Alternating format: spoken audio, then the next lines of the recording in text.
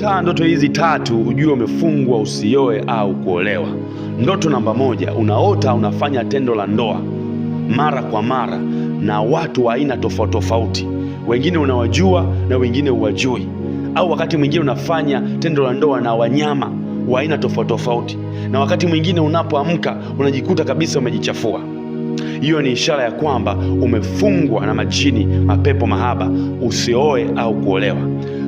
Ndoto namba 2, unaota unapoteza pete yako ya uchumba ama pete yako ya ndoa, ama kuna mtu anaitoa pete yako ya ndoa kidoleni mwako kwa nguvu.